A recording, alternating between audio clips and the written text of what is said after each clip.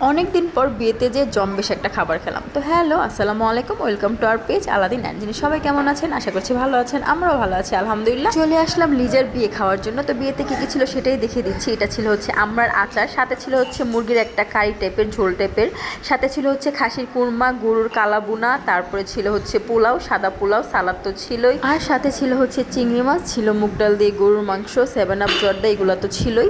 তো এটা হচ্ছে লিজার ছোট আম্মু, মানে ছোট চাচি, সে আমাদের অনেক ভালো আপ্যায়ন করেছে, আমাদের বেড়ে বেড়ে দিচ্ছিল। আর এদিকে আমি আমড়ার আচার নিচ্ছিলাম আর ননদকে সাজছিলাম সে নিবে কিনা, কারণ সে খাবার নিয়ে অনেক নক্তামি করে।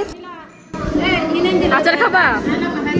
আমরার আচার। ননদ তো এত মজার আচারটা নিলই না, সে শুধু বিফ আর চিংড়ি মাছ দিয়ে খেয়ে নিয়েছে। আমি তো মাসাল্লাহ সবই খেয়েছি, এমনকি বাচ্চার জন্য যে এক্সট্রা করে চিংড়ি মাছ আর খাসির কুরমার পিসটা নিয়েছিলাম সেটাও আমার খেতে হয়েছে, কারণ চিকেনের লেগ পিস পেয়ে সে এক ফোঁটা রাইসও মুখে দেয়নি। তো যাই হোক, ভিডিওতে দেখতে পারবেন, মাসাল্লাহ বলতে ভুলবেন না। আর আমি যদি খাবার রিভিউ করতে চাই তাহলে বলবো যে বেস্ট হয়েছে খাসির কুরমাটা, যেটা চিনাগান ফেমাস একটা আইটেম। আর বাকি সব কিছুই মোটামুটি ছিল। গরুর মাংসটাও মজা ছিল, চিংড়িটাও মজা ছিল, মুরগিটা আমার কাছে একটু ভালো লাগেনি, যেটা সত্যি কথা। আর আগেই বলেছি খাসির কুরমাটা বেস্ট ছিল, জুসি ছিল, সফট ছিল, আপনারা দেখতেই পাবেন, এই যে দেখতেছেন।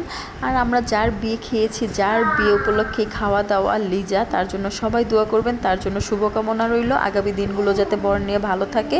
তো আজকের মতো এতটুকুই, সবাই ভালো থাকবেন, আল্লাহ হাফেজ, আসসালামু আলাইকুম।